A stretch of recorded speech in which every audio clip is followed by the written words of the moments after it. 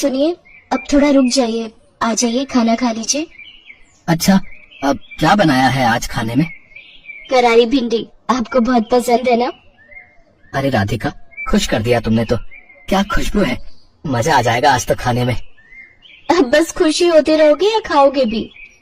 अब तुम भी आओ ना। नहीं, मैं बाद में खा लूंगी। अरे बाद में नहीं, आ जाओ मेरे साथ खाओ। श्याम की जिद पर राधिका ने भी खाना शुरू कर दिया। श्याम और राधिका की शादी को 5 साल हो गए थे। वो दोनों ही एक दूसरे से बहुत प्यार करते थे। श्याम एक किसान था और खेती बाड़ी करके अपना गुजारा करता था। श्याम दिन भर अपने खेत में काम करता और राधिका घर संभालती। खाना खाने के बाद राधिका श्याम को एकटक देखती रही। अरे अब क्या हो गया, ऐसे क्यों देख रही हो? देख रही हो कि आप दिन भर कितने मेहनत करते हो और आपकी इस मेहनत का फल कोई और ही ले जाता है। अच्छा, वो सरपंच की बात कर रही हो? अब बात तो साफ है ना राधिका, कर्जा लिया है तो पाटना तो पड़ेगा ही ना। बोलो। मैं सरपंच की बात नहीं कर रही हूँ, मैं तो उस किशन की बात कर रही हूँ। सारा दिन मेहनत आप करते हो और सारा मुनाफा वो लेता है। अरे तो उसमें अब मैं क्या करूँ? खेती बाड़ी छोड़कर उस किसान की तरह सब्जी बेचने लग जाऊं क्या? हाँ, तो उसमें बुराई ही क्या है, और उसके लिए खेती छोड़ने की भी कोई जरूरत नहीं है। मैं तो बस ये कह रही हूँ कि जो सब्जी आप उगाते हो उसे आप खुद ही जाकर बेचा करो ना। अच्छा, और खेती बाड़ी कौन देखेगा? आप ही देखोगे, और जरूरत पड़ी तो मैं मदद कर दिया करूँगी। देखो, चाहे थोड़ी कम ही खेती कर लो, पर अपनी सब्जी आप खुद ही बेचो। मुझे एक बात बताओ जरा, इस बार वो किशन टमाटर कितने में लेकर गया आपसे? अब 50 किलो निकले थे, तो वही 5 रुपए के हिसाब से लेकर गया था वो। हे भगवान, आपको पता भी है कि बाजार में इस समय टमाटर का क्या भाव चल रहा है? वो आपके ही टमाटर पूरे 5 गुना महंगे बेच रहा है बाजार में। अरे पर मुझे नहीं आता ये दुकान चलाना। दुकान चलाने को कौन कह रहा है? बस आप अपनी सब्जी लेकर बाजार में बैठ जाओ, लोग अपने आप आएंगे आपके पास सब्जी खरीदने के लिए। ठीक है, इस बारे में हम बाद में बात करेंगे, अभी तुम घर जाओ।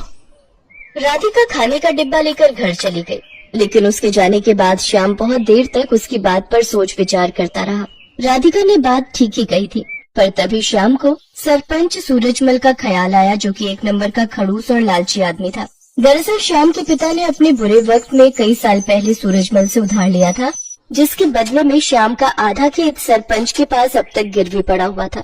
श्याम उस खेत पर खेती नहीं कर सकता था, वहाँ सरपंच के लोग ही खेती करते थे। श्याम अपना खेत वापस तो पाना चाहता था, पर सरपंच से खेत छुड़वाने के लिए उसके पास पैसे नहीं थे। इसीलिए वो हर महीने किश्त के तौर पर एक रकम सरपंच को देता था। फिर अगले दिन, भैया कुछ पूछना था आपसे। हाँ भैया बताओ। मैं एक किसान हूँ, सोच रहा हूँ कि कल से मैं भी अपनी सब्जियाँ यहीं बेचने लगूं खुद से। हाँ हाँ, बढ़िया विचार है, पर इसके लिए तुम्हें सरपंच जी से पूछना पड़ेगा और उन्हें यहाँ का टैक्स भी देना पड़ेगा। टैक्स? पर वो किस लिए? अरे ये जो तुम पूरा चबूतरा देख रहे हो ना, जिस पर सब लोग सामान बेच रहे हैं, असल में ये सरपंच के खेत पर बना हुआ है, और ये चबूतरा भी उसी ने बनवाया है। हमारी मजबूरी है, इसीलिए हम सबको यहीं बैठना पड़ता है। रोज के 50 रुपए देने पड़ते हैं उस सरपंच को, और अगर ये पैसे नहीं दिए तो उसके लठैत आकर मारपीट पर उतारू हो जाते हैं। अरे ये तो बड़ी नाइंसाफी है भैया। है तो सही, पर क्या कर सकते हैं, अब जो है मैंने तुम्हें बता दिया। श्याम मुरझाया हुआ चेहरा लेकर अपने घर चला आया। उसने राधिका को सारी बात बता दी। राधिका ने कुछ देर अपना दिमाग लड़ाया और फिर, सुनो, मेरे पास एक तरीका है। अब क्या? बोलो तो। हमारे गांव के सबसे नजदीक का गांव है बिशनपुरा। आप वहां जाकर भी तो अपनी सब्जियां बेच सकते हो। वहाँ ये सब चक्कर नहीं है। मेरी एक सहेली रहती है वहाँ, उसका पति गोलगप्पे का ठेला लगाता है, उसे तो कोई टैक्स नहीं देना पड़ता। अच्छा, अगर ऐसा है तब तो ये सही रहेगा, लेकिन एक समस्या है, बिशनपुरा तक जाने के लिए कोई सड़क नहीं है, तो मैं रोज वहाँ जाऊंगा कैसे? सड़क नहीं है पर नदी तो है ना। देखो, जिस नदी के किनारे हमारे गांव बसा है, बिशनपुरा भी तो उसी नदी के दूसरे छोर पर बसा है। अब बस आपको एक नाव बनानी पड़ेगी वहाँ तक जाने के लिए, उसे चलाने में भी कोई खर्चा नहीं। श्याम को राधिका की बात भा गई। अगले ही दिन श्याम ने अपनी जमा पूंजी से मोटी रकम खर्च कर गांव के बढ़ई से एक बढ़िया नाव बनवा ली, और फिर वो उस नाव को नदी में लेकर गया। उस दिन राधिका और श्याम बहुत देर तक नाव में नदी की सैर करते रहे। श्याम नाव चलाकर उसे बिशनपुरा तक घुमा लाया। राधिका ने देखा कि वहाँ राशन वगैरह की दुकानें तो थी, पर सब्जी की दुकानें बहुत ही कम थी, और ये देखकर श्याम और राधिका की अच्छी कमाई की उम्मीद और बढ़ गई। अगले दिन से ही श्याम अपनी नाव से सब्जियां लेकर बिशनपुरा जाने लगा। वो वहाँ जाता और सब्जी बेचता। बिशनपुरा के लोगों को भी उसकी सब्जियां पसंद आई, क्योंकि सीधे खेत से लाने की वजह से वो सब्जियां बहुत ताजी रहती थी। साथ ही श्याम सब्जियों के वाजिब दाम ही लेता था। तो इस तरह राधिका और श्याम के दिन बहुरने लगे। फिर कुछ दिनों के बाद राम राम सरपंच जी। आ गया तो श्यामू? जी मालिक। सुना है आजकल बड़े नोट छाप रहा है। कहाँ सरपंच जी, बस 2 पैसे बच जाते हैं। मालिक, ये इस महीने की किस्त है। मैं चलता हूँ, मुझे थोड़ी जल्दी है। अरे रुक तो सही, कहाँ की जल्दी है? ऐसे दिमाग तो खूब लगाया तूने। टैक्स नहीं दिया, चल कोई बात नहीं, पर अपना उधार तो चुका भाई, जो तेरे बाप ने मुझसे लिया था। अब चुका तो रहा हूँ सरपंच जी, हर महीने किस्त देकर जाता तो हूँ आपको।